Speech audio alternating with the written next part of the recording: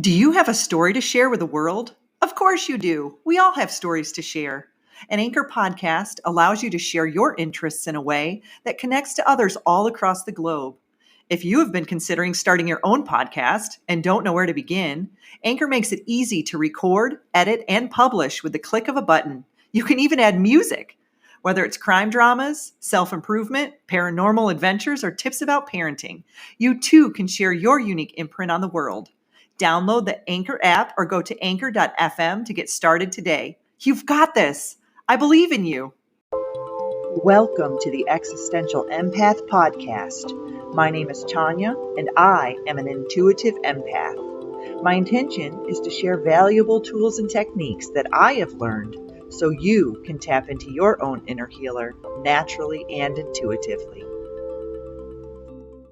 We are going to dive into today about Gridwork and activating ancient pyramids, sacred sites, and ley lines. So Kelly Butterfly is an author, editor, a publisher for Rainbow Butterfly Publications and the Sasquatch Message to Humanity book series. Kelly is also an event coordinator for the Sasquatch Family Reunion Retreats and other sacred spirit gatherings. She is in service to others as a Rainbow Reiki Practitioner, marketing specialist, and she also specializes in making Orgonite and jewelry. And I actually had Kelly on, I think it was about a year ago, to talk about some of her Orgonite that she was making on my other channel. And so welcome, Kelly. It's so good to have you back again. Thank you. It's an honor to be here and to talk with you today. And I'm super excited. For those of you who are watching the YouTube, you can kind of see behind us, we're going to be talking about some of the sacred sites, not only throughout the world, but also in Washington area. So Washington State. And behind me, I have the Chewelah, Washington Pyramid. And Kelly also has a picture of Crystal Falls, which is located in a very similar area. And so her retreat that I actually participated in was located in Kettle Falls on Lake Roosevelt, right, Kelly? Yeah. Yes, and that event was amazing. And I'm going to share some pictures of that event in a little bit because that event was so activating for me. And we're going to dive a little bit into what does that mean when we are activated doing grid work. And, you know, for me, this was all a very new experience about 2 years ago when I went to her event and I interacted with the Mitchell Hedges crystal skull. And that just catapulted me into this beautiful awakening journey of being a grid worker. And I didn't even really understand what this concept was. So Kelly, being an author, she's wrote several books on a lot of these different concepts of activating the land. And so we're going to dive a little bit into that today. So Kelly, where should we begin? Oh my goodness. I'm not even sure where to begin. You shared a little bit about like the experiences that you had from the gathering. So I guess I'm curious to know how that activated within you and what the journey's been since then. Absolutely. So let me share my screen here. I'm going to show some photos of this beautiful event that was held in Kettle Falls. And so, all right, let's see. Let's start off with the Mitchell Hedges skull. For those of you who are not familiar with this, and Kelly, you probably have a little bit more history on this skull than I do. So I came a day after the event had started. And as I was driving into Kettle Falls, I was almost being spoken to. It was kind of a mind speak, so, you know, so to say. So I was being pulled in. And when I pulled in to the campsite, everyone was gathered around one of the camp areas. And I didn't even really see what was happening. So I got my little chair and I went and sat down. And as everyone started to clear, this beautiful skull was staring at me. And I was feeling immediate just goosebumps through my entire body. Like, whoa, like what is going on here? And at first I didn't really even recognize what it was. And then I was like, is this one of the skulls that I saw on the show Ancient Aliens? Like I started to put two and two together. And then as Bill, right? Bill's the one who brought the skull, and he's the caretaker, the holder of the skull, handler. And he asked everyone to kind of come up and connect with the skull, not necessarily touch it, but just connect. And when I walked up to it, I immediately in my mind heard, "Welcome back. It's good to see you again." And I was like, what? You know, I could just sense this connection with this skull.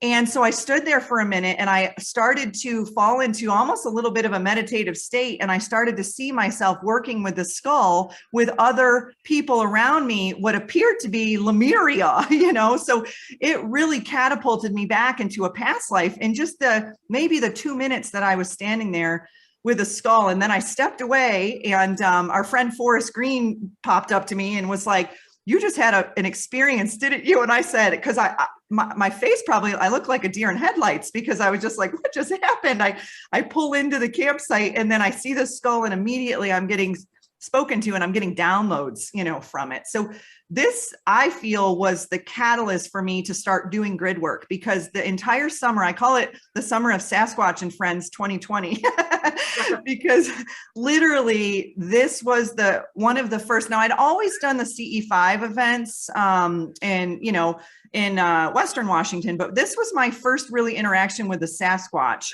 And so when I started doing this work and I connected with a skull, I found myself traveling that entire summer. I had gone to 6 different national parks. I had gone to the Alaska Triangle, and I started to download information, light codes. I started to start drawing these light codes. And so this information was just coming through to me, and I didn't even really recognize what these were until I spoke to a 7-year-old boy. And he shared with me, and you'll probably laugh at this, Kelly, because you have a son, so he was sharing with me this information. First of all, he flipped it around and said, you have them upside down. Wow. And he said, these are portals. These are stargates. He goes, each and every one of these symbols isn't just a word. He goes, it's a concept. It's like an ideogram, And right. So the one that we really resonated with was the spiral with the 3 dots. That's the one I keep looking at right now. That's funny. That's the one that we connected with over near the pyramid near Mount Adams, which is in Western Washington. And I actually have a little map here that I drew out. So we've got Kettle Falls right there in the north, which is where Kelly's retreat was that summer. And then if you go, there's a pyramid there in Chewelah, which is the picture behind me here. And then you go down and there's Ellensburg, which there's a very odd hole there they call it Mel's Hole. And back in the 90s, Mel went on a show or program. And I just remote viewed this hole on Remote Viewing with Jessica Jones. And that was a very interesting, there's a lot of wormhole activity, just very odd activity there. And then you had just sent me a website from Red Elk that talked about a pyramid in this area as well. So I added that to the map. And then you've got the Yakima Indian Reservation there, and then Mount Adams, which has a ton of whole bunch of activity from Sasquatch to extraterrestrial and, a whole bunch of stuff. So, but if you look at this, it all lines up kind of on a line, which is very, very interesting there. So I know Kelly. So Kelly lives up in Colville area up here near Kettle Falls. And this is where she has held the retreats in a lot of variety of areas. So let me pull up some of the pictures here. This is a beautiful picture that she just sent to me by Jacob St. John. And this is the Chewelah Pyramid, the pyramid that's behind me in the photo. And look at this beautiful rainbow light. So do you have any story behind this, Kelly, as to when this was taken? Not this particular photo. I think this must have been taken in probably 2016. Jacob St. John is a gentleman in the community. He was just at this last gathering a couple of weeks ago. And he was actually just at my house a couple days ago, but he's in Oregon now. But he actually, this is taken from his home. That pyramid was in his backyard. So he's moved since then. He's on his own journey right now, also doing grid work and self-healing and working with the land. He's been getting involved in like a lot of different permaculture type things. So he's moved from this place, but what an incredible view to wake up to every single day. And he saw this rainbow, and so he snapped that picture. And there's others that I could share with you and find. Even Red Elk's website, I think, mentioned it, but I've taken a lot of pictures of this pyramid, driving through many times, and there's often very, very interesting cloud formations just above it that are nowhere else. Or so many times there'll be shadows all around it, except there's light shining right on the pyramid, and then everything surrounding it is all shadowed, so it really stands out. So that is neat. And when I drove through that area, my friends and I tried to get up close to the pyramid, and it kept disappearing on us. Have you had that experience before? I have indeed. Actually, we went with Jacob one time on a long hike to approach the pyramid.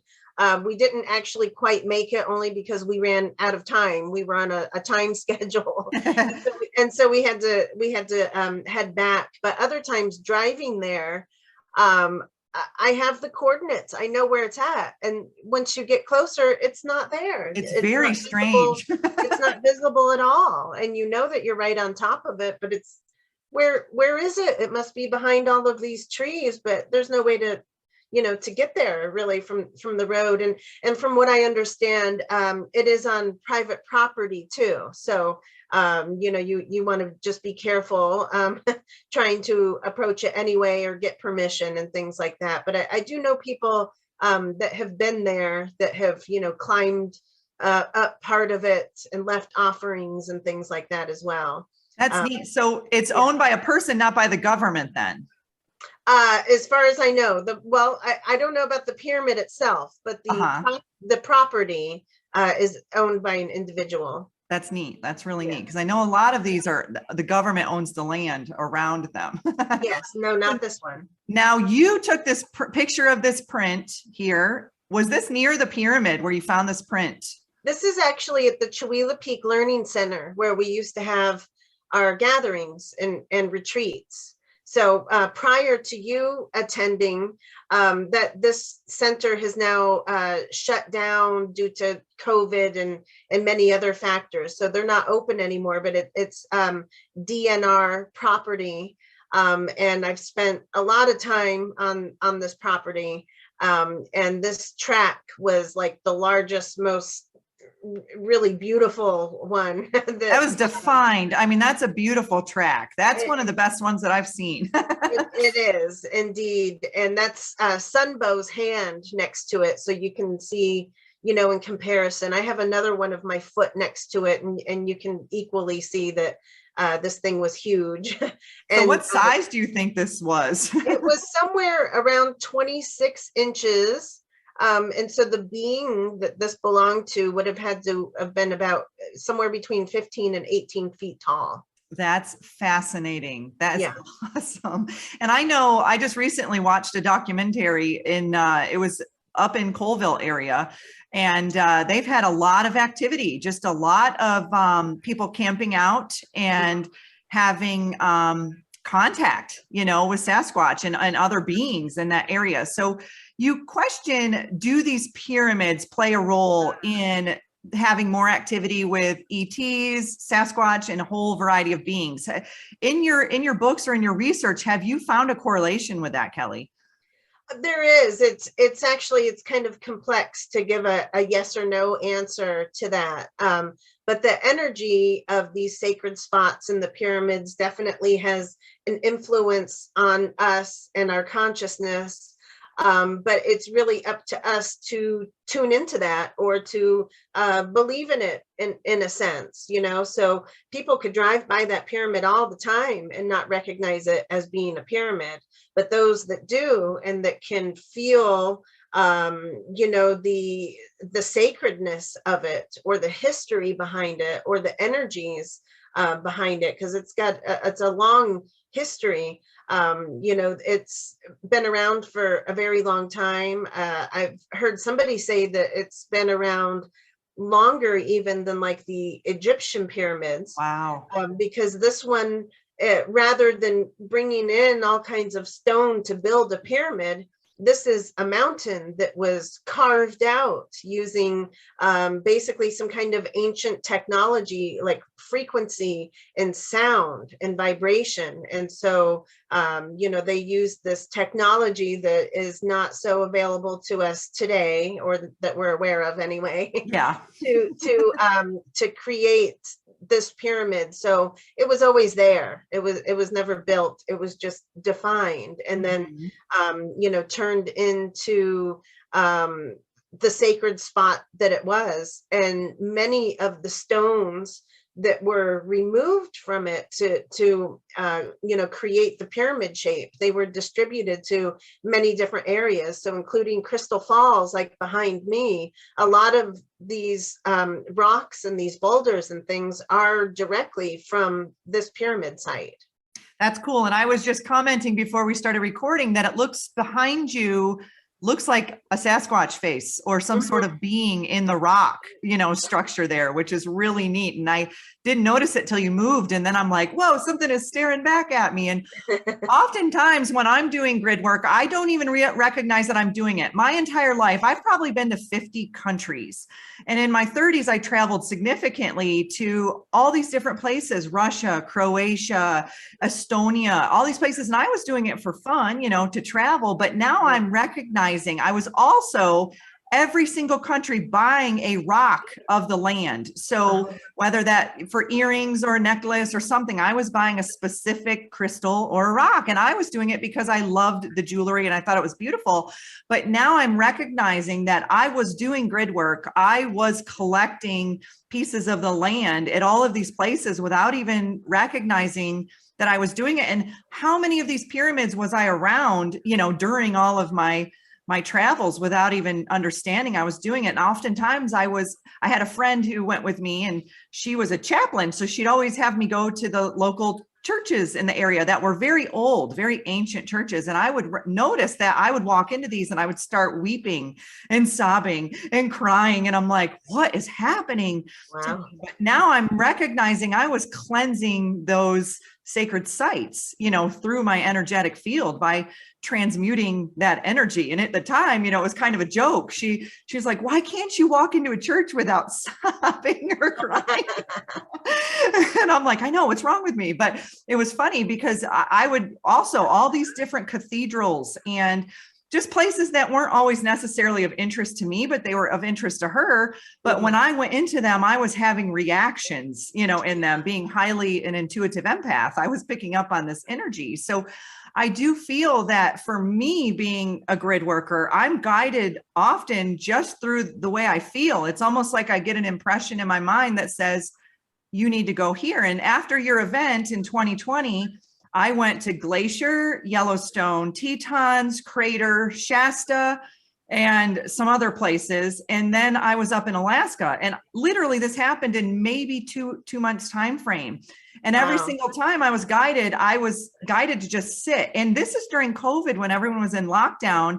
These national parks were no one was there. You know, people joke, you could have become a David Paulides, you know, statistic. But I'm like, there was a reason I was guided to all of these locations. And I personally feel that skull downloaded me with codes. Yes. You know, how do you feel about that? I mean, you being a grid worker, what is your experience of clearing the land? You know what? Very similar. Very similar. I get called to different areas. I mean, the whole reason I'm here in Washington State and in this county where I'm at is because I felt that calling and that connection to be here. You know, but yeah, I believe that the skull also helps to awaken those codes or, you know, information that we need to know about ourselves or, you know, part of our mission here and things like that, that it definitely activates a lot of that for a lot of people. And I experienced very much the same. And actually the skull even did a marriage ceremony with Bill. I remember. And we weren't even really expecting that, you know, but it was this really beautiful ceremony in union. And it was like, I don't even know how to put it into words. It was like an establishment And I knew that from there on that I'd also be working very much with other crystal skulls. And since then I have gotten them. This is Mihunka. Oh, is she? I'll have Ooh. to put her. But she came into our lives after working with the Mitchell. Do you see how it's I glowing? can feel the energy. I'm literally got goosebumps and just ripples. I Wow. call it the cosmic orgasm because it I goes have from no my feet. idea why it's glowing, but well, there you go. I mean, That's it's beautiful. pure Hmm. light. Yes. So, anyhow, and I have others, that I'm working with now, but that became quite apparent to me after meeting the skull that would happen. And in this September, mid-September, I've actually been guided to return to Arkansas, to the Ozarks area, where I lived for like 10 years prior to moving here to Washington State. And we're having a gathering called the Gathering of the Ancients. I have a flyer next to me here. I don't know. Well, that doesn't do any good. It's pretty blurry. I can post it. I can post it under Okay. But yeah, the Gathering of the Ancients, the 16th through 18th of September. And so there's going to be a lot of grid work involved in that. We're going to be teaching a lot of different indigenous type cultural type information and wisdom, and we'll be doing some practices like a trade blanket ceremony, making a prayer stick and things like that. But also the Mitchell Hedges crystal skull will be there as well. So, there's a lot to unfold there that I'm still not even completely aware of, but I know that there's a healing that needs to be done on that land. And with the group of people that will be attending and things like that. So I may not have like the full clear picture of everything that's meant to be, but without a doubt, I know that we're supposed to be there, gathering there. And Bill, the caretaker of the skull, when I told him about it, he's like, oh my God, I've been feeling the call to come out to Arkansas. The skull really wants to be there. So it's like, okay, there we go. That's funny, Kelly, because when I moved from Florida, so I think part of grid work as well is being flexible to move when you feel guided to move. And I had lived in Florida for nearly 20 years, and then something came over me that said, you need to get out west. And I didn't even know where I was going. I just knew I had packed up my place. My lease was going to be done in 2 weeks, and I didn't know where I was going. I just had a U-Haul. I had my friend who was going to help me. Wow. And at first I thought I was moving to Idaho, which is funny because then I ended up in Washington first, and then I bounced back over to Idaho. But we drove right through the Ozarks, and I remember I could feel this dense, heavy energy, and we drove through there at night, and I was more like, let's get through here, because I was following her in my car with my cats. And I remember my cats getting a little agitated when we were driving through that area. So I'm sure you're being guided there to cleanse that land, because I could sense it and I could feel it. And that was well before I even understood what my purpose was or what my role was here, as a light holder or a frequency holder. So yes. Yeah. So the Ozarks, I feel like, and I've talked to a lot of my clients are like, Tanya, I'm feeling nudged to move, but I don't know where. And I'm like, just hold tight. You will know. I honestly didn't even really know until I got to like South Dakota. And it was like, okay, I kind of feel it. And the moment I drove througure Coeur d'Alene, I was like, I'm meant to be here. But I had rented a place in Spokane. And that year I was in Spokane, I was in tremendous pain. My body, I just hurt so badly. And I think I was transmuting that, that energy there in that space. And then a year later, I moved across the border, and now I just feel this, it's just light, just this nice sense of, peace, with me. So, but I am also feeling that little nudge again. That's like, okay, where am I up to now? Right. I've been feeling this pull to just go visit Utah, like Bryce Canyon, Zion, that whole area. And I've never been, but I'm feeling this. It keeps popping up. You know how synchronicities, like today, I was telling you I was looking for the Chewelah pyramid, and you just sent me a tag on Facebook 2 seconds later. Yes. And I'm getting that with Utah. It's like, people keep mentioning it. I keep seeing it. I'm like, okay, I can feel when my intuition is telling me, or my higher self is like, it's time to go visit here. Beautiful. Well, I'll just share that this last November, we took a road trip down to New Mexico to join the Chinos and their event for the collective frequency. And so it was, quite the road trip, but we loved Utah so much, specifically the Moab area. Oh yeah. That we spent a couple extra days there, visiting some of the touristy things. There's the dinosaur tracks and things like that, but also the Arches National Park. And it's just so amazingly beautiful. It's breathtaking to imagine that the earth can be that diverse and that something so amazing could be created here. And it looks so different from like what's the scenery behind us, or right even now. northern Utah. Northern and southern Utah are so vast. It is. It is. So, but Moab particularly was a place that we really enjoyed, and that we're kind of feeling the call back to return.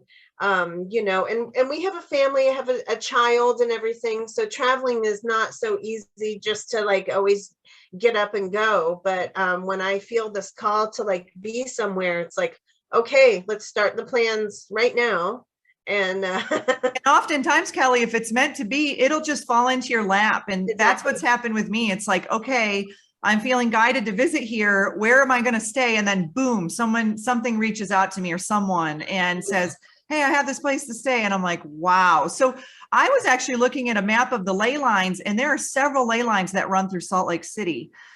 More than average, more than most locations. So there's definitely some serious vortex energy. And I'm sure with the Salt Lake there, it's like a conduit, and so maybe that's why we're all being pulled, is to not only gather codes from those areas, but also give codes to those areas. Yeah, and to also give recognition for the sacred sites that they are, and the history behind it. So much of that has been lost, but there's so much being discovered now. There's all kinds of pyramids and underground things, that are being discovered now after thousands of years that we had no idea about.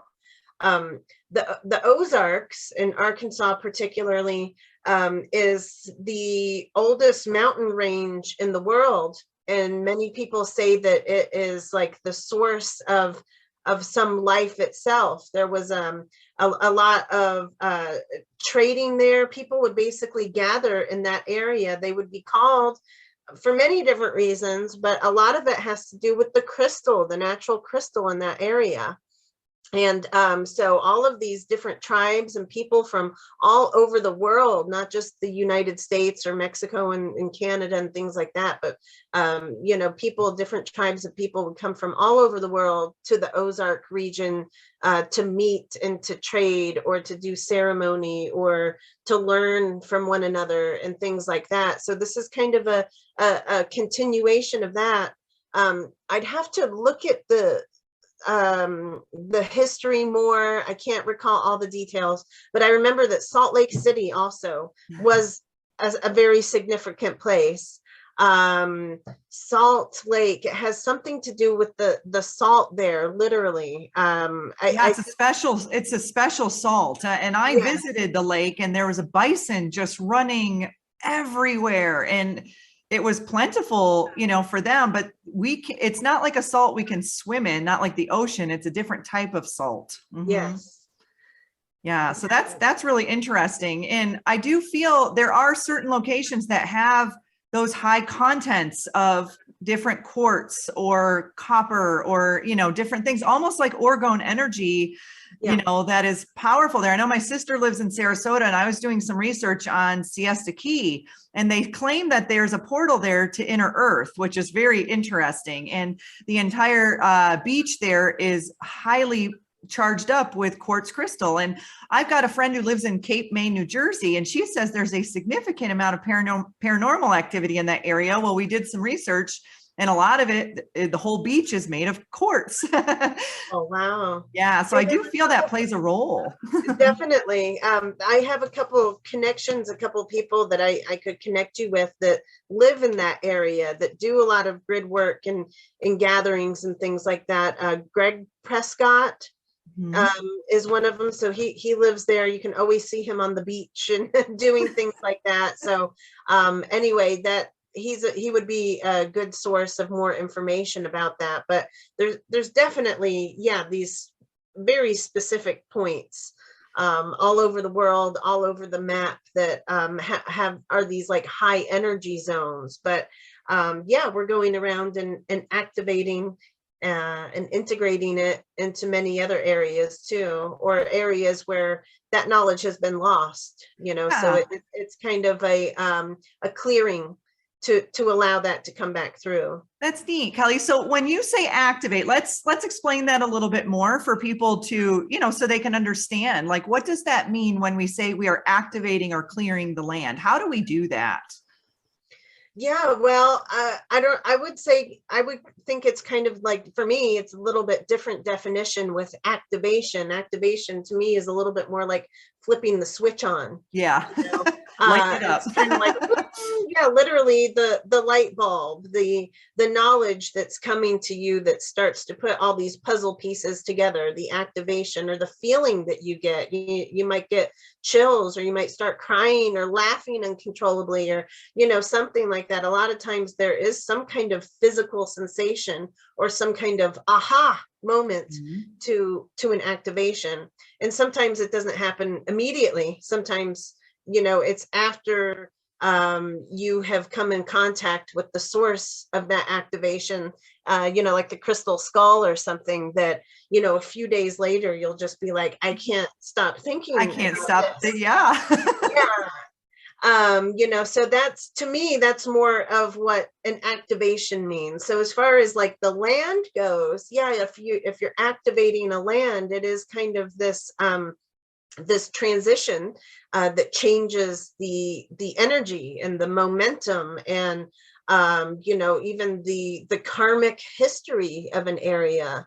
You know, because you can't you know, go back in time and change things, but we can heal things through our consciousness and through our intentions. So if there's a space that just has you know, an unfavorable history or energy to it, you know, say there was a, you know, a big battle there or something like that, or if there was like Dracos controlling the land, or, you know, something of that nature. It's not that you can stop that from have ever happening, but you can transmute it and you can heal it, and you can send this loving energy back to the earth and all of the beings that are still energetically present. Or stuck. Yeah. Or stuck, right? Stuck, or still reliving the karmas or the reincarnation traumas. loop. Yeah. Exactly. And so we can do things to help activate things so that they can be released, or so that they can have the clarity of whatever they need to know to move forward, or to know that, hey, this was healed like 2 million years ago. You can go now. You know, that kind of thing. Yeah. And in my QHHT sessions, oftentimes I'll take people back in the past, and I've had them back in ancient Egypt doing things. And it's like, okay, this isn't our first rodeo. You know, it's like, we've done this many, many, many times. It's just now we're remembering that we've done this many, many times, and we are on Earth.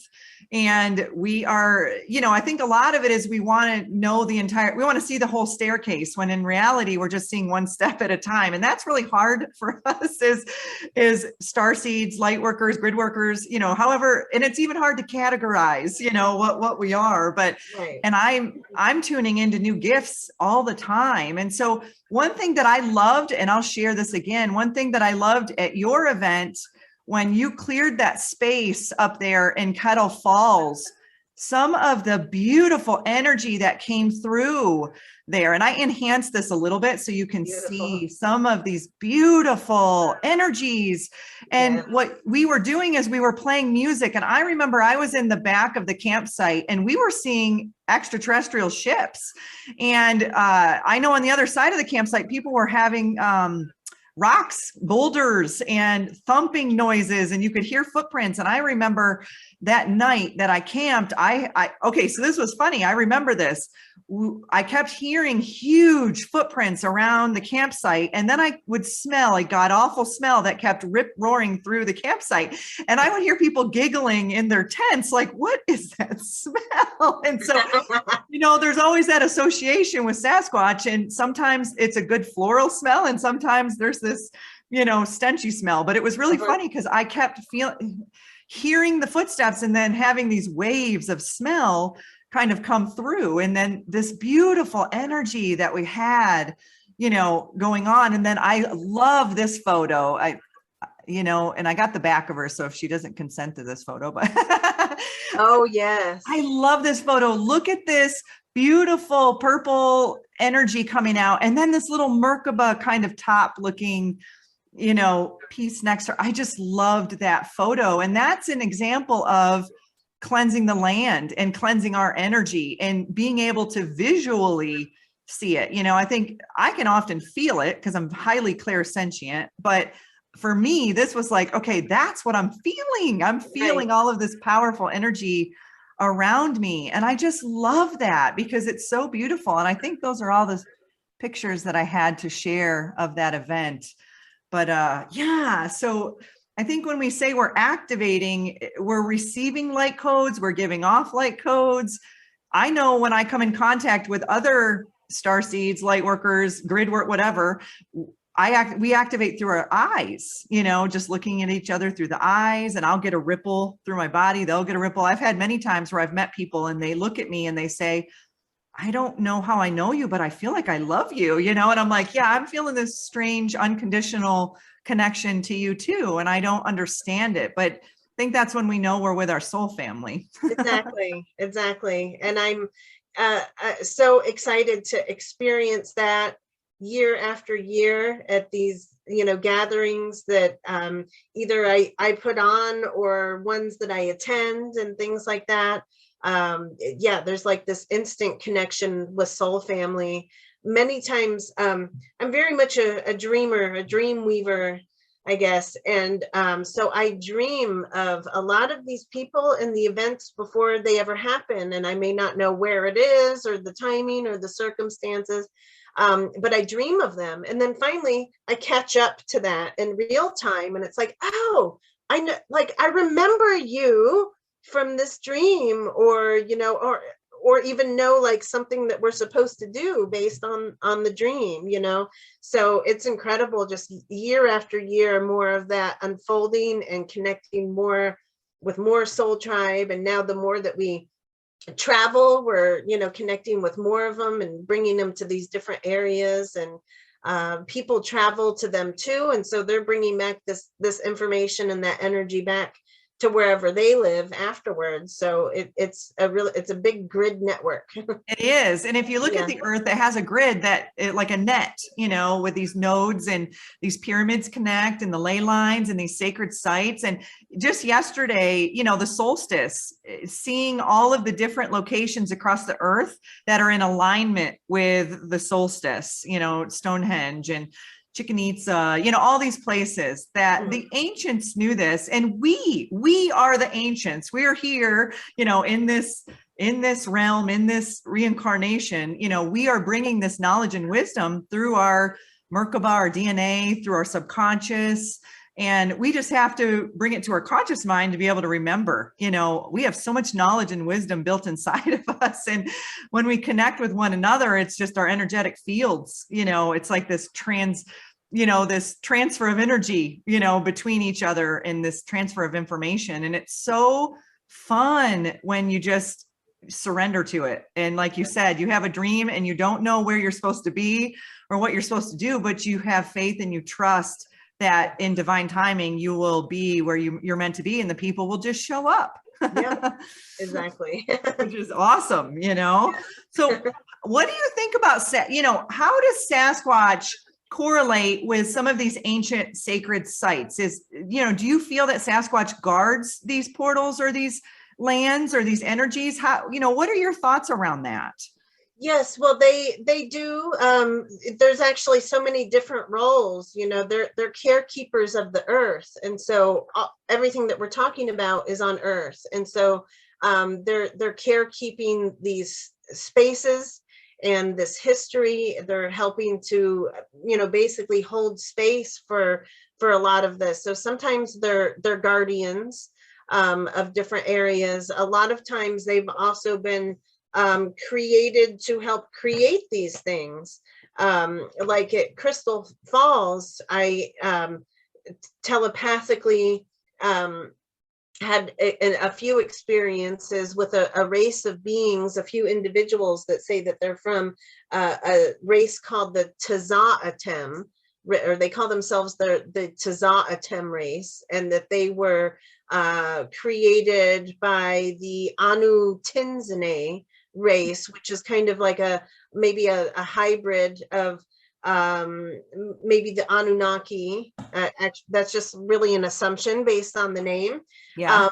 But I do know that they have long heads, the long sloped. Oh yeah. Mm-hmm. And then I came across Red Elk's information. Yeah, I just read that. The same thing, and it was like, wow, okay. So that really confirms things. But the Taza'atem race was basically like a Sasquatch and sloped head being hybrid race, and they were created to really do a lot of the physical work. If you want to call them a slave race, I'm not so sure they're slaves, but they were a worker race. Bees. Yeah. Mm-hmm. Yeah. And so a lot of those beings are still kind of hanging out in these areas because that's their home, and they protect it and they guard it, but they're not usually like interacting so much. I feel honored to have done that, but that was also to bring forth a lot of the information. I wrote about it in the Sasquatch Message to Humanity, Book 3. There's some information in there about the pyramids and about Crystal Falls and that race of beings there. And there's actually, if you would like me to, there's some information that's also in the 3rd book that was transcribed by Sunbow. It's a direct message from Camus, and it relates to absolutely everything that we're talking about right now. Yeah. So, okay, so yeah, I have it here. Here's the, whoops. I know how this thing is. I'll share it underneath. Yeah. Mm-hmm. Yes, Sasquatch. So I'll pick up, this is from chapter 30. And the Sasquatch say, we now want to bring your focus on ways to bring global healing and counteract negative energies. When our star elders decide to develop spiritual consciousness on a given home planet, they install vast networks of frequency harmonizers, telepathic transmitters, and other healing devices along natural ley lines and vortices to energize those power points with free energy amplifiers programmed with high consciousness wisdom, while empowering a planetary energy grid harnessed by their civilization. So these devices are made of rods, conical, pyramidal, spherical, cylindrical, or parabolic shaped parts, programmed crystals, magnetic and meteoric stones like shungite or moldavite, charged magnets, orgonite, prisms and coils, spirals and rings of conductive metals like copper or gold, use universal conscious technologies, acting as antennas, tapping into the natural energy flow and funneling it in harmless, non-polluting, sustainable ways, while harmonizing natural frequencies with healing virtues. These environmentally friendly devices can be programmed with information transmitted on waves. and I'll pick it up here in a moment, but I feel that this is the perfect time to Yes. show this Show an pyramid organ. that I just created yesterday. And check this out, Tanya. There's your spiral. That's awesome. I know. And so, yeah, these are orgone devices, but I also feel when I create these that I am channeling a certain kind of energy and frequency to put into them too. So I put really high intentions and the highest quality, like ingredients that are, you know, sacred crystals and things like that in them. It'd be neat to get some dirt from the Chuila pyramid to add into those too. That would be kind of fun. Indeed, from I the do. land. Yes. Mhm. So I will just skip a little part of this and pick back up and say tuned frequencies. And this is from Camus, the eldest elder Sasquatch. Tuned frequencies can also produce wireless electricity and vortices acting as interdimensional portals that can be directed to harness plasma as a quasi-infinite source of power, also known as St. Elmo's fire. This is why the word pyramid means fire in its mid, because their shape channels a range of waves of various frequencies to converge and cross at its apex, opening portals for plasma to merge with matter. When electromagnetic waves of any frequencies are tuned and paired to be synchronized, the portals they open at their crossing point blink in and out of existence at the rate of the frequency of the waves. Well, there you go. There you go. Mm-hmm. When waves are tuned in, alternating pairs, they are called scalar waves and maintain portals opened. The ever-present infinite reservoir, an ever-flowing stream of free energy in its many forms through the cosmos, can be made available only through the understanding of cosmic interdimensional connectivity. Tesla insisted that we must understand the waves emanating from the 2D to understand the universe. And acting as antennas, capturing waves of diverse frequencies, or as focal points for plasma to condense, like the masts of sailboats or the druidic and shamanic staffs that could capture the plasmic flow into a glowing, hazy cloud of ionized electrons that consciousness can direct for various uses. Pyramids, obelisks, crystals, rings, Dorj or Vajra, and other geometrical devices tune frequencies into free energy. They're conscious quantum devices programmed to turn waves of possibilities into manifested energy. Sacred geometry takes a wider dimension when the interactions of physical matter with subtle planes is considered in the equation. Some shapes or patterns make ripples in magnetic fields and auras around.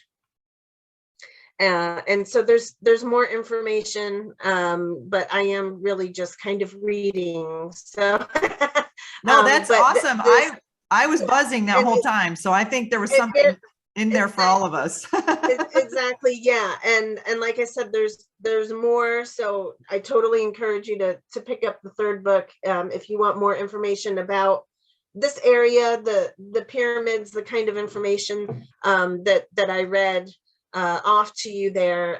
But I just thought that it kind of aligned beautifully with everything that we're talking about today, and to share really the perspective that the Sasquatch people have to share about this. So there's so much more than just the honoring of the land or the understanding of, you know, the shape of a pyramid and what it's capable of. It's really creating a whole new co-collective consciousness when we're harnessing it and using these energies consciously and correctly. That's absolutely fascinating. And so it's like, you know, so do you feel that some of these pyramids are dormant and we are here to activate them, or are they working, but maybe we've got to transmute the energy? And, you know, what are your thoughts around the current situation of the pyramids around the world? Yeah, it's a little bit of both and all and neither. So, yeah. So the global pyramid grid has been activated, but there are still there's some individual pyramids that have to be more activated. So like they're on the grid. The grid is active, but there are dormant pyramids that do need to be opened up and released or healed, or there's different, karmic ties connected to it. And so, yeah, a lot of individuals are going around and doing this grid work or doing this energy work with them. And there's more that in time, when the time is right, that the other ones will be activated. It's kind of like, your flower garden, they don't all flower at the same time. You get to enjoy it over time. And it wouldn't be beneficial for all the other flowers if they all bloomed at the same time. So it's very much the same, kind of activating one at a time or a few at a time, but there's so much karmically, so much energetically connected to each one of these sites or to each one of these pyramids that it takes time for things to be integrated. I worked with the Chihuahua pyramid with a couple other people energetically. So we weren't even physically there, but then again, I was. Yeah, I hear you. I could feel it, and I knew I was there.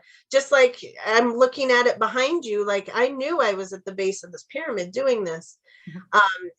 But we did like a ceremony and activated this pyramid, and in my mind's eye, which was so real, the top of the pyramid opened up, and all of this light started bursting up out of it and then coming down it, and it looked like plasma. It looked like mercury almost, except it was gold instead of silver. So it was all this mercury looking plasma, golden, that would come down, and it was kind of in blobs, and it was real flowy.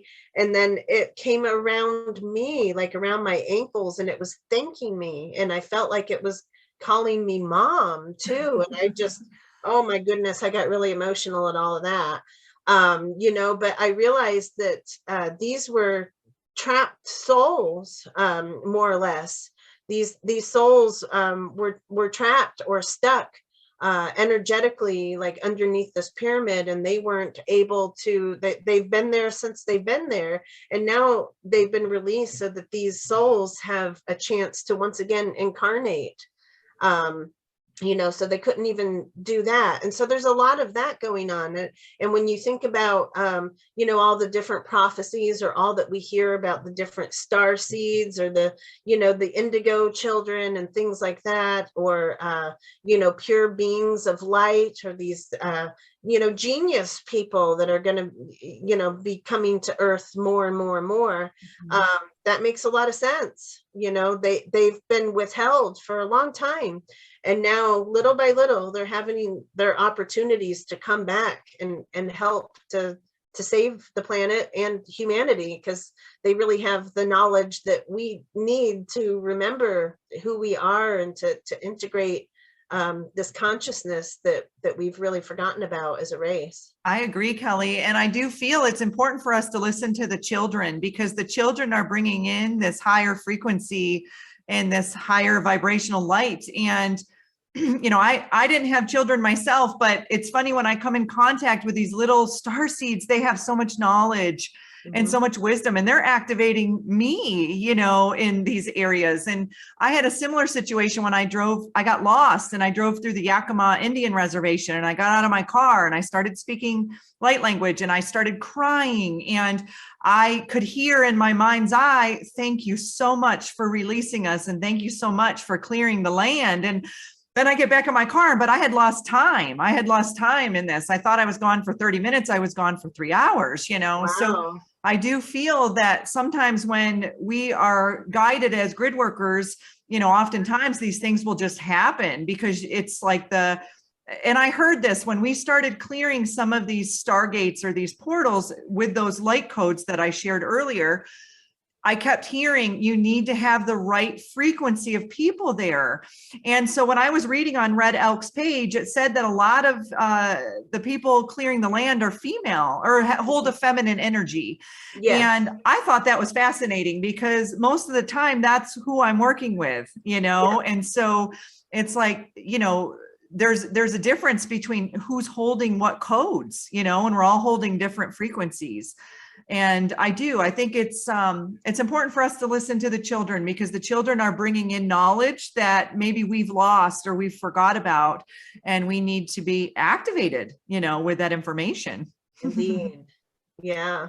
Yeah. Even my son, he's always drawing all these star maps and telling me about all these planets that none of you have ever heard of, I promise you. But he is just confident that this is the star map. These are these planets. This is what they look like. This is how you get there, and it's just like, wow, okay, that's really amazing. It is. And I recognize that in some of my QHHT sessions where these kids, they remember their past lives more than say, I remember my past lives, and I'm a dreamer like you. A lot happens in my dream time. Yeah. I think I'm going to do kind of a series of all the different types of frequency holders and light holders. And because I'm like an astral worker, 100%. I work, a lot of people are struggling with insomnia right now. And I'm the opposite. I'm sleeping for like 12 or 14 hours. And I joke, it's like I'm doing a lot of work on the other side. I mean, Yes. when I'm sleeping, because I wake up and I'm exhausted, but I remember some of the things that I've been working on. And I'm also connecting with some of my friends and starseeds, and it's like, and I'll joke, I'll send them a message in the morning. I'm like, I just had a wicked lucid dream about us, activating this land or doing this. And they'll be like, I did too, Oh, wow. Yeah. Some of us are starting to remember these connections. And so we have a connection with Mount Adams, me and this group. And there's no coincidences as to why I met you, why, when I was at, out at Mount Adams and one of my friends said, hey, do you want to go to the Sasquatch retreat next weekend? And I didn't even really know about it, so there's no coincidences. We're all being synchronistically guided to connect with one another, to connect with the land, to connect with the codes and the information. And so what are your thoughts around extraterrestrials being around these pyramids and these mountains? And do you think that there's bases on the insides of them? And, what are your thoughts around that? Yeah, that's always a good question. Well, I'm feeling that most of these underground extraterrestrial bases are really more intraterrestrial because they're not extraterrestrial, but a lot of that has been cleared energetically. It's been explained to me that basically they're no longer there. There might be like some shadow remnants of things like, the energetically what people are still karmically going through from some of that, but that these places are basically cleared of the more negative or the dense energies. Yeah, the more dense energy that would have been connected with them because the planet has shifted. We're more in the 4D now than we were in the 3D. And so anything that's like really fear-based is just not gonna be able to survive, if you want to put it that way, or just not exist. The more we move out of a certain frequency, the more these other frequencies just aren't a part of our world. But there's definitely a great, huge extraterrestrial or intraterrestrial connection to the pyramids. They're the ones that told us to do it, gave us this technology, or I say they, it's all us. Yeah, I know it's hard. It's our memories, but so it's that influence of these other star nations and all of these different beings that are helping us to remember all of that. So there's a great connection to many, many different beings, a lot of them that lived specifically that lived like under the ground. They would have been a lot of times referred to as like a Draco race or reptilian lizardous rat. Yeah. But it's really more of it's not a race thing, that. So it, it's a consciousness thing. It's a consciousness. Yeah. But also think of what kind of beings now live underground. So the ants do. So there's a lot of ant people that are actually still living underground, still maintaining these systems and things like that. And they, for the most part, are of a higher consciousness. Like I said, it's all about consciousness more than it is race. But there are basically highly evolved ant type beings or inner earth type beings that are still working very actively with these ley lines and with the whole grid network and the pyramids and some of these, you know, areas that have a lot of these ancient kind of structures, and so much that we don't even, I don't know, because I don't know, but I know that there's so much that we don't know. There's so much beneath our feet. When you walk outside, there's so much happening just beneath your feet that you have no idea. There's lands, and there's, you know, big structures, and there's a whole different Pyramids. There's pyramids under the pyramids. There's pyramids underground. There's even inverted pyramids. Inverted pyramids. Yes. That's when I remote viewed the dark pyramid of Alaska. It was inverted. There was two. It was one on the top and then one underneath it. So Wow. yeah, very visible to me. And so I agree with you on that. I feel like oftentimes we're looking to the skies when really it's in the earth, you know, and I've had very vivid astral, you know, dreams and lucid dreams about being in inner earth and these civilizations and how they run off of crystal technology and, you know, just fascinating things. And I can't always put the pieces together, but it's just like, oh my gosh, like I was transported into the inner earth. And I do feel that some, like Mount Shasta or some of these pyramids, these are areas where you can have easier access. And what are your thoughts around people going missing, you know, in some of these national parks and around some of these sacred sites and areas? Do you think that their frequencies are shifting them into different dimensions? Or, you know, I'm curious just to hear what you have to say. Yeah, I think it's a really a wide variety of different circumstances. You know, I mean, sometimes there could be a human or a physical being that's responsible for it or something. But no, I think for the most part, I think that people are kind of stepping into a portal or stepping into a vortex of some kind, and they're at a different frequency. Like where they are physically, I don't know. Like that's a pretty big mystery to me. But I do think that energetically, that has a lot to do with it. When you look at the Bermuda Triangle, and you know, and all these strange things that happen around there, or even more defined than that really is the Alaskan Triangle and the things that happen in that area. You know, so certainly it couldn't be beings that are responsible for all of these disappearances. So I think that people are, like I said, stepping into some kind of time portal, some kind of vortex, possibly some kind of wormhole, but they're shifting into another dimension and another frequency that is not, you know, it's running more parallel to ours. That doesn't mean that they stop existing, but they're not existing in another realm, or yes. It's fascinating to think about, because I know it's very heavy out here in the Pacific Northwest, and it could play into all of the forest areas that we have, and in the water and these pyramids and the mountains, and you know, so it's just really fascinating to kind of, you know, put all of these pieces together. And I agree. I feel like you do. It's like, I feel like there's a variety of things. I've done quite a bit of research on the Alaska Triangle, and I feel, I don't know, I have my own theories behind it, between the pyramids there as well as HARP and the frequencies that they're working with. I think that it's almost like they're opening the astral realm a little bit, you know, and that's why people are experiencing thunderbirds and otter men and, you know, all of these very different types of cryptids and, you know, all this other activity.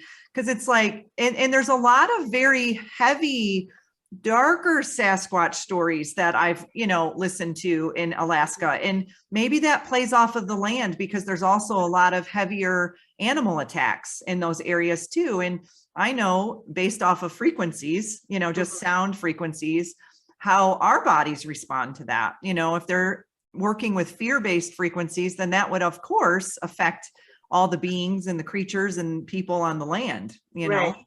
So yeah, I agree. There's just lots of different factors to that, but yeah, basically if you are in a space of more fear, or something like that, then really you are more susceptible to things like that. But there's also like the CERN, the Hadron Collider, and that really is truly very responsible for a lot of the strangeness that we're experiencing on Earth. Mandela effect, yeah. Yes, yeah, because that really is making the veil thinner. We have our own our own consciousness factor of things, but these are basically like mad scientists trying to make some big change, and they are. So there's some things that are just completely unpredictable or beyond what we can even really comprehend. Mm-hmm. Yeah, because it's technologies that we just don't get. Just like if you think of, well, how could an airplane or a vehicle be invisible? It's just, that's not possible in our world. We're in the 3D, but oh no, it's there. That technology is very much there and available and being used. It's just not in our hands. So, well, think about that. If a vehicle could be invisible, why couldn't they just snatch up somebody and that person would be in that frequency and be invisible to our vibration or frequency here too, so many different possibilities. But I also just wanted to add and confirm that I've also had a few journeys to Middle Earth or to Inner Earth, and I'm certain that there's so much activity going on in there, and that there are very highly conscious beings that are helping us on this side of things as well. Yeah. And I believe that the beings are reaching out to the ones who are open to this frequency, who are expanding their consciousness, who are open to the frequency of love versus fear. And I do feel that way. I mean, at least with me, as I have been learning more and holding my own frequency and raising my own vibration and, just holding that frequency of love instead of fear, I have received more contact, from beings, which I say beings, but I know that they're just me. They're just me in another frequency, right? So they are visiting, and I'm sure it'll be a matter of time before I start to have more Sasquatch experiences. And mine is a little different. When I shared my spiritual Sasquatch story, it wasn't a physical seeing of Sasquatch. It was much more an energetic and a loving, nurturing experience. And so I know that's a little different than your normal,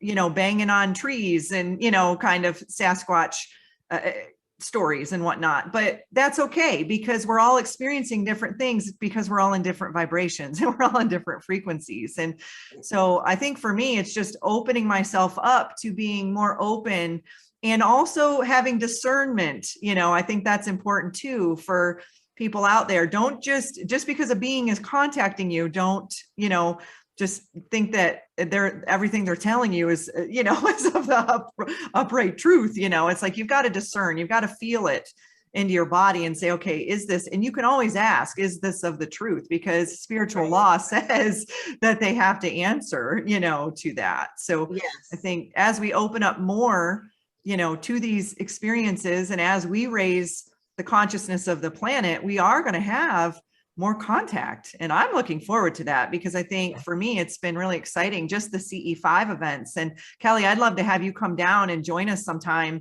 We were thinking about doing one in Deer Park, maybe. Oh, wow. Yeah. And they're really fun. It's just getting together, doing group meditations and having some really neat experiences with all like-minded people, because I think when you bring the skeptics in, that's when it shifts the energy a little bit, makes it a little harder. Mm-hmm. Yeah.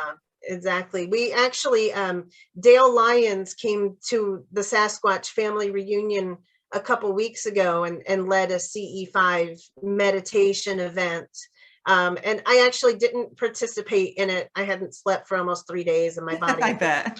go home and go to bed. So, but it's funny because I was like, oh, I wish I didn't have to miss this. But on the way home, we kept having like contact. There was all these weird lights flashing and different things like that. You know, so it's like, oh, okay, I guess we're really not missing out on anything. Nope. We're getting the contact that we need. So, If you're meant to be there, you're meant to be there. They'll pull you in regardless. yeah. So Kelly, is there anything else that you'd like to share before we start to wrap up? And I also want to have you share some of your books and ways that people can reach out to you and all the amazing things that you're putting out into the world. Sure thing. Well, yeah, I guess I would just say that if you're interested in the books, you can find out more about that information, you know, regarding the content and some videos and things at www.sasquatchmessage.com. And you could order the books on there. It actually links you through Amazon. So all three of those books are available on Amazon. And like I said, we just had our Sasquatch Family Reunion a couple weeks ago in Kettle Falls, but we are planning this gathering of ancients, a convergence of Earth Keeper wisdom, September 16th through 18th in Blanchard Springs, Arkansas. Or actually, it's Mountain View, Arkansas, in the Blanchard Springs recreational area. And that came to me in a vision too, because I was like, where should I have this? And it was like, boom, I saw this picture in my mind of this very specific waterfall that I knew where it was at. And I was like, oh, okay, I know where it's at. So I know where we need to go. This weekend, I'll be at the Meadowing Falls Bigfoot Festival, vending and just kind of hanging out with people. I know there's like so many amazing people that come through there. So I'm looking forward to connecting with people. And I'll have all my Orgonite and jewelry and books and all kinds of fun Sasquatchy things available. And also, I've just been invited to speak at the Dragon's Gate Gardens on July 8th through 11th, which is in Tenino, Washington. It's between Seattle and Portland. And it's like going to be basically like another family reunion, it seems like, because there's a lot of wonderful people that have attended our event. So it's another place to activate the grid. Yes. You know, yeah, coming together. But Barbara Jean, Lindsay will be there, Garrett Duncan, Jarrell Stokes that takes all the great orb photos. Shakara Tosha will be there. So so many great people. So I really look forward to that. And you and I are speaking at the Earth Rising Sanctuary event as well, yes, on July 15th, 16th, and 17th in yes, the Kettle Falls, Washington area as well. Yes. Yeah, fabulous. So it's a busy summer, and I'm grateful for all the opportunities to share and things like that. But for more information about events or, you know, where we'll be, things like that, I have another website, which is www.sasquatchfamilyreunion.com. Okay. So Sasquatch Family Reunion is for events. I also have some of my products on there. But the SasquatchMessage.com is really more about the overall, the Sasquatch message, a lot about, you know, the things that we discussed today and things like that. So I'm really grateful for the opportunity to share here and to continue to share and to have such a wonderful community that's so supportive and keeps calling us out. Hey, we need you out here now.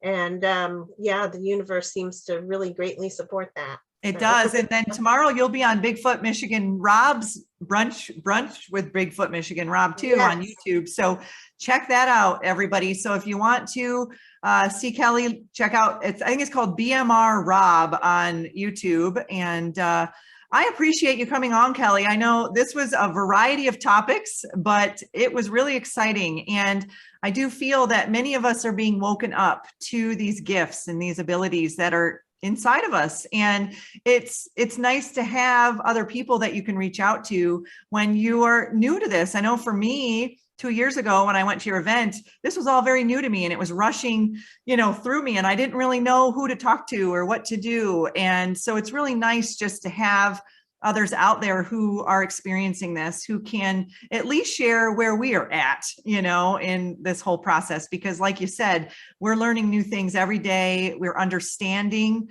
a little bit more about why we're here, on the planet. And I know for me, it changes almost daily, Yeah. Me as well. what I'm talking about today will be different tomorrow. Yeah. But I appreciate you coming on, and I send everyone so much good, uplifting, positive energy, and continue to just shine your lights bright and follow your hearts, guys. I think that's one of the most important things we can do is follow our hearts and follow our intuition. So take care. All right. Thank you. You deserve to navigate your life as an empath in alignment with health, happiness, and abundance. To learn more about the services that I provide, including Beyond Quantum Healing Hypnosis, EFT Tapping, and the Emotion Code, visit my website at www.thesoulcafe.org.